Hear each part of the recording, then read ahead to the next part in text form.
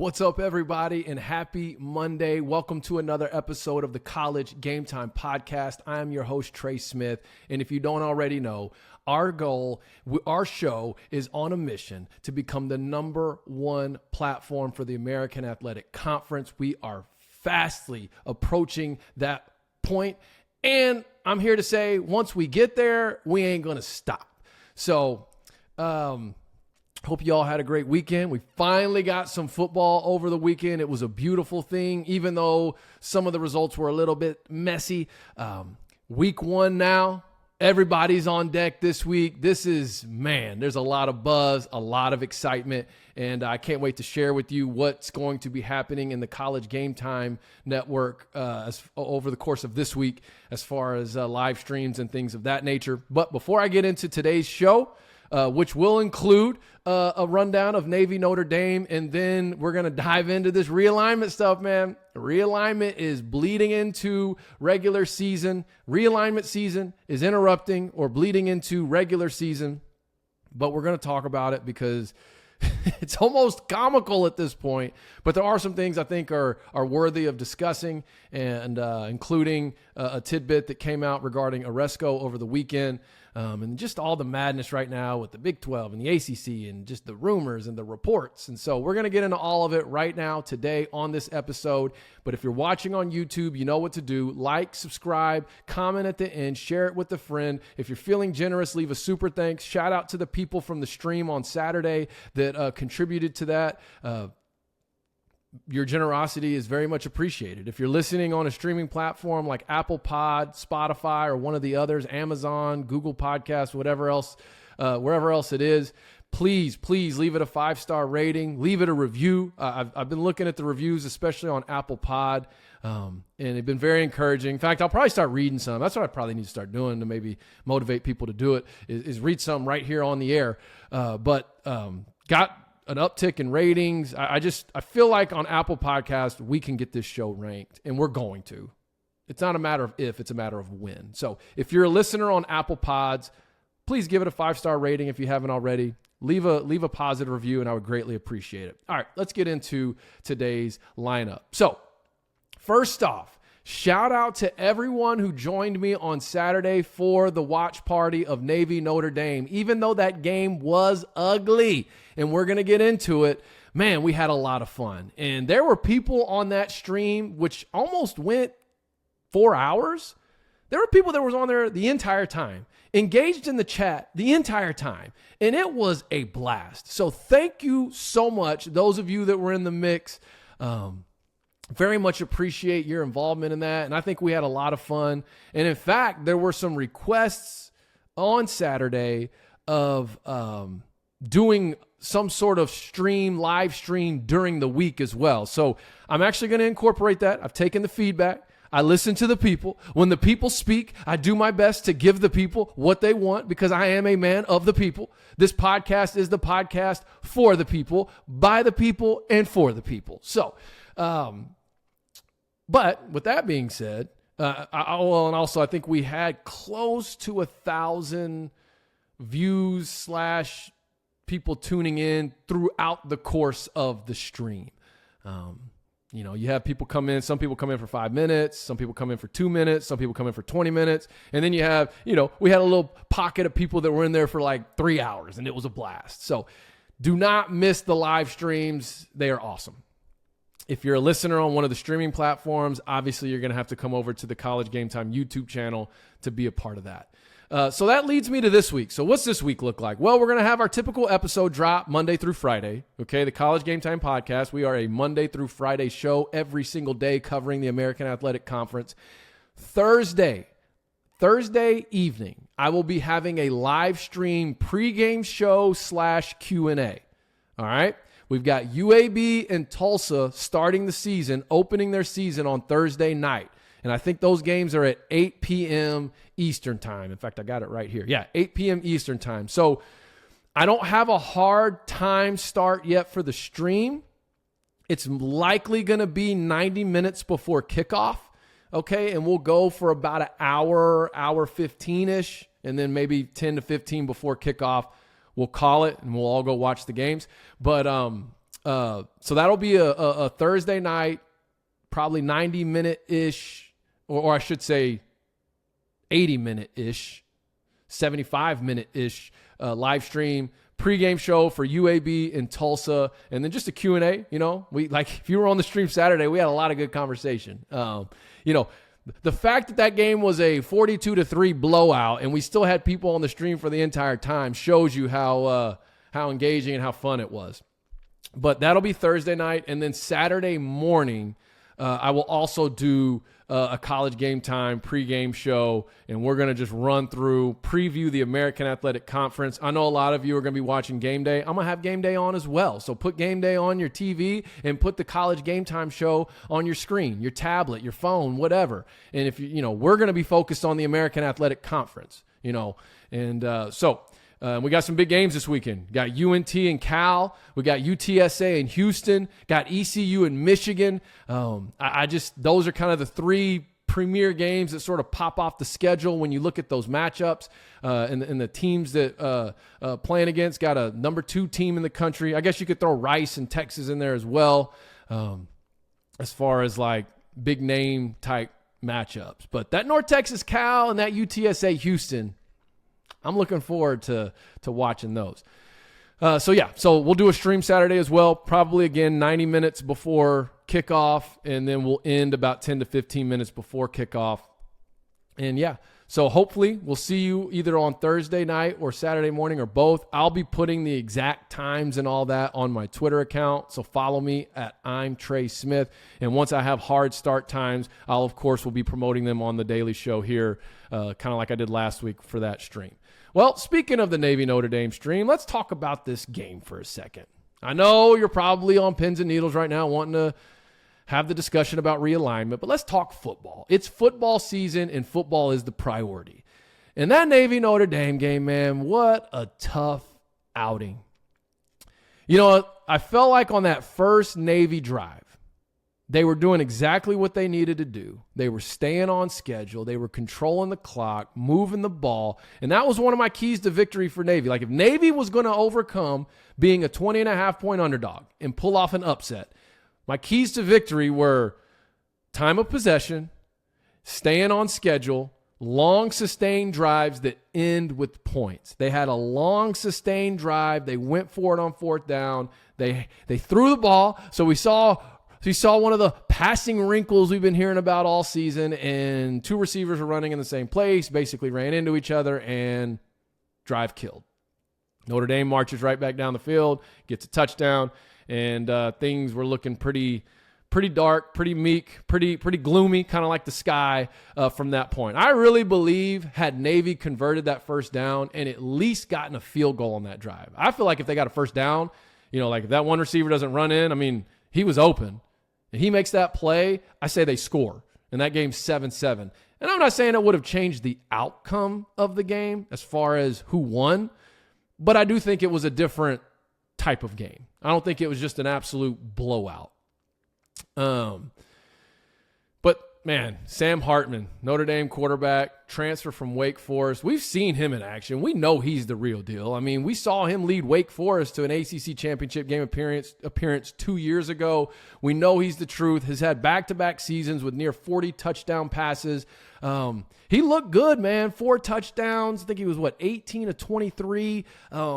Man, I have my graphics and I have everything ready to do my little Game Center voiceover recap, but the highlights aren't accessible yet. They haven't uploaded the highlight file yet. So I was wanting to have that on Sunday, and I'm talking to those of you that heard me mention that on the stream, and I may have even mentioned it on Friday's episode, but if you're wondering where that is, I don't have access to the footage yet. So as soon as I get access to that footage, even though it was a blowout, I'm still going to do one because I like to do one for every American Athletic game this season.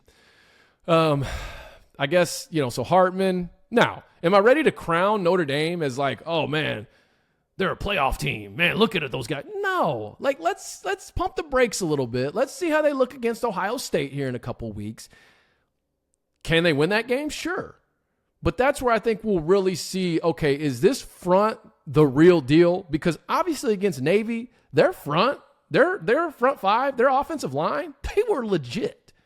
But how much of that was Navy's defensive line opposed to, not being down and not being, able to handle what Notre Dame's front five had.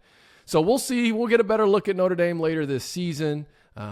But man, hats off to them. I can't hate on it. I'm not going to try and spin it any other way. They were prepared. They had a game plan. They executed their game plan. All the hype this offseason around Notre Dame has been about this transfer of Sam Hartman. He certainly looked the part. He did his job. Marcus Freeman, I don't think could have started off year two as Notre Dame head coach any better than he did Saturday. It made for a long afternoon for American Athletic Conference fans, but those of us that were on the stream, we hung in there till the final whistle, till the clock struck 0, and even some afterwards. But, if I'm Navy, listen, they've got their work cut out for them, right? They're coming off 3 straight losing seasons. They've got a first-year head coach, not just his first year at Navy, but his first year ever in Brian Newberry. I don't think this game is going to define the season for Navy, and I definitely don't think it's going to define the Brian Newberry era. I just think they need to get back to the drawing board, pick themselves up, dust themselves off, and anchor down. One thing about Navy players, teams, coaches, they don't quit. They keep on fighting. Now, do I think Navy's going to be in the hunt for the American this year? No. They'll probably finish at the bottom of the conference, but I believe they will be a much more competitive team as the season goes on than what we saw on Saturday. They got some hardworking kids. They have some talent. They have a unique system, and I think as Newberry is able to continue to instill his culture and his philosophy, and their offense is able to add whatever those wrinkles may or may not be, and they're not going to play Notre Dame every week. So I think we're going to see a more competitive Navy team as the season goes on. But, my encouragement to Navy, pick yourself up, dust yourself off, and anchor down. All right, let's get to what I know y'all are waiting for on this show, the realignment rumor mill. Now, if you follow me on Twitter, you saw what I put up, I think, on Saturday night, which is rule number 1 of realignment season. Never trust realignment season. Right? I've always said, I've been saying that from the jump. Since I've covered realignment, period, I've always said the hardest part of realignment season is the fluidity of it. Things literally change overnight. And then in some cases, you just have false reports that come out or fake reports, not that they were intentionally false, but fake reports that come out that then get a lot of credibility that then all of a sudden the next day it looks as if they were invalid. And we saw a little bit of that just this weekend. So let's kind of do a quick rundown from Thursday night to now. And right now being Monday mid-morning is when I'm recording this. So it's actually closer to lunchtime. Thursday night, man, this, according to reports from credible people, this ACC vote of adding Stanford, Cal, and SMU, it was a done deal. I mean, it was happening.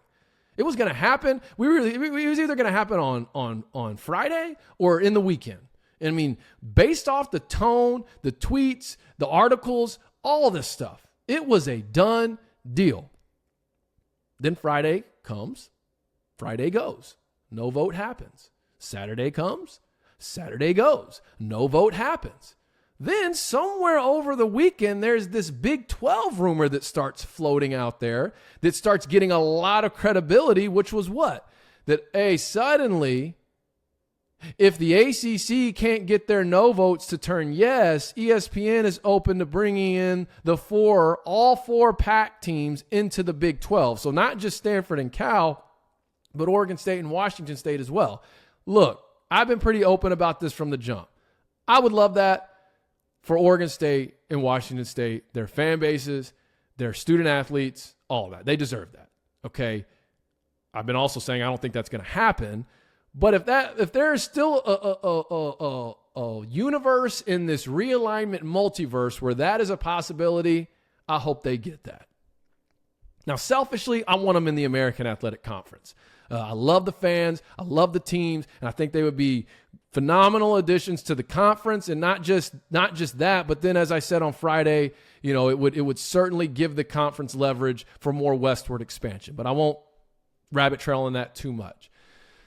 So anyway, so that rumor happens over the weekend, just on the heels of this ACC vote being a done deal, that all four are likely going to be headed to the Big 12. And I think it was when all that started happening was when I said never trust realignment season, because something with me wasn't sitting right about that.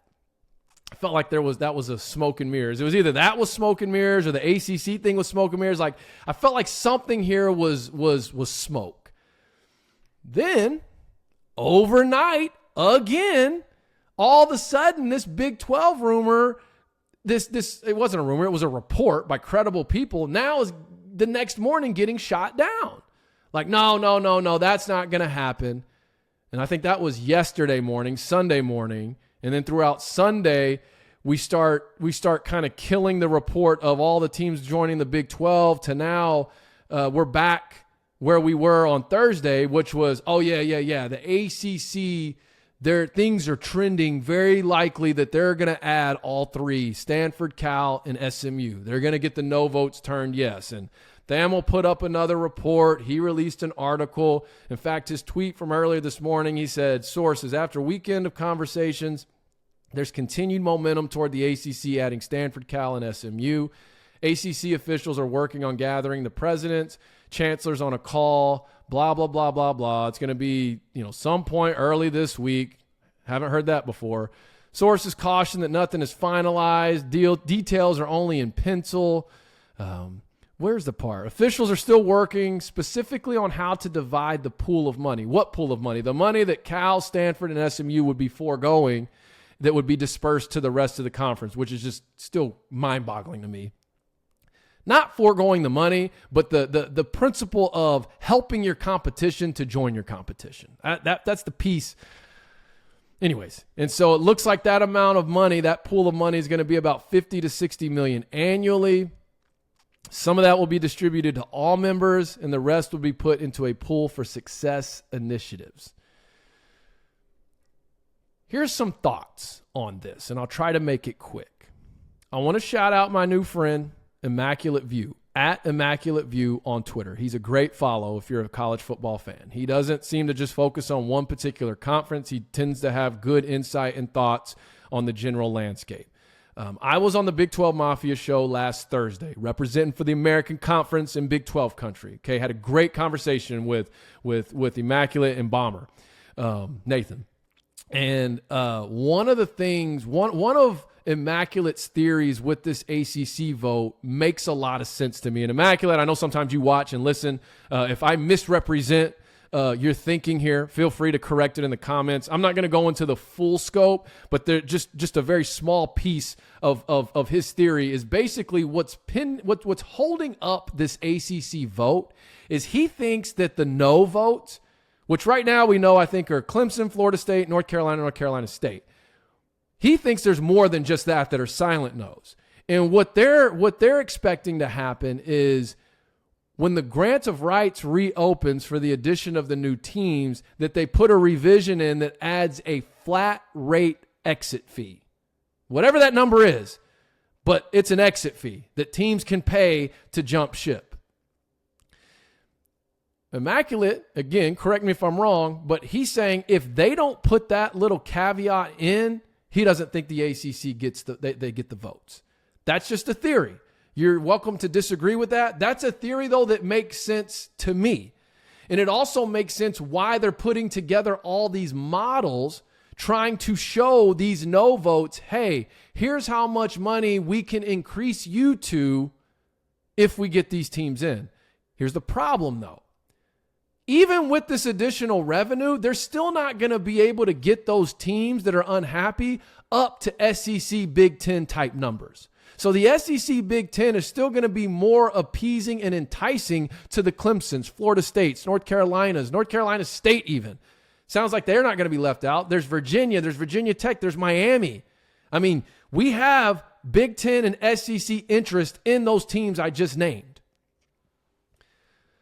So it's like, okay, can they put together a model here where all the teams get a little bit of something, and then the most competitive teams get the most of it, and then whatever that quote-unquote most of it amount is, will that be enough to keep a team happy enough to not want to jump ship and have to really disrupt the current grant of rights? that make sense? So that's where I think things are at. I like Immaculate's theory on that. Even if his theory is wrong, what is a clear fact is that right now they're going to have to put something in place. It's like they don't have enough to keep happy who they're trying to keep happy. Now, are they going to be able to flip one or two of them like a North Carolina State, North Carolina? Maybe. I don't know. But from my vantage point, the longer this thing drags out, the less likely it is to happen. Now, I say that, and for all I know, I could log on Twitter right now, and it's already happened, right? I have no idea. In fact, while we're here, why don't I just go ahead and do that, just to make sure. Or by the time I get this uploaded and posted and all that good stuff. So, yeah, it doesn't look like anything. Doesn't look like I've missed anything. Though this tweet I just put up is getting a lot of, that's funny. I put up on Twitter, if you don't follow me, I quote tweeted Pete Thamel talking about, because SMU's giving up all revenue share for 7 years. And I think the piece of that that's like mind-boggling to me is the fact that like it's not just that they're giving that up. It's where what they're giving up is going, and it's going right back to their competition. So it's like they're willing to help their competition to join their competition. And I just put up something. I said, yeah, sources, I'm hearing that SMU is willing to give teams a 7-point lead in all conference games for the first 5 years. And then after the first 5 years, that lead will drop to a 3-point lead for the following 10 years, something like that. Anyways, just being funny because there's a principle there. There's a precedence there that I just don't agree with, but I also get it. I mean, it's realignment season. There's a lot about realignment that I don't agree with. Is it destroying college sports, college athletics? I mean, it's certainly changing it as we know it. Is it destroying it? Maybe. Time will tell. But so where does that leave Oregon State and Washington State? Well, they're in a frustrating position because as much as they don't want to be waiting on what Stanford does, they kind of are. Because if Stanford and Cal don't get in the ACC, there is still a hope from their vantage point of like trying to rebuild the pack from poaching. Now, I've given plenty of my thoughts on why I don't think that's going to be very successful, and I won't rehash that here, but they're not just at a standstill though. Meaning they're not just sitting on their hands waiting for Stanford to make a move. No, they're starting to explore their options as well. And that's what we talked about on Friday. Reports came out that they had met with the Mountain West. And then the one thing that's changed since I dropped my episode on Friday is initially Aresco was going to meet remotely, which I don't have confirmation if he already has, but the wording around that meeting seemed like it was going to be happening over the weekend while Aresco was in Ireland, as he was reported to have been in Ireland. But the other thing that came out over the weekend was that Aresco also has in-person meetings set up with Washington State and Oregon State. And I told you what my pitch would be if I'm Aresco. All right. We're going to talk money first. We're going to talk big cities and AAU representation. And then we're going to talk about westward expansion. And the thing that I didn't really go too much into on Friday, but I think you could also throw in there is that recruiting footprint. You join the American, man, you're getting exposure into Texas, Florida, the Southeast. I mean, the hottest recruiting beds in the country. So we have to wait and see how this plays out. I hope we can work out some sort of quote unquote reverse merger for Oregon State, Washington State, and the American Conference. But I do think this ACC vote's going to be part of it. It's going to be, we need that to happen. And then we'll just see how the chips fall. But looking at the time here, that's going to about do it for our Monday episode. I'll continue to remind you of all the things we have coming up this week. We'll continue to follow realignment. We'll continue to preview games. And, man, it's exciting. It's week 1. It's time to go, baby. It's go time. Appreciate you watching. Appreciate you listening. Like, subscribe. Leave me a 5-star rating. And until tomorrow, that's it for me, Trey Smith, College Game Time.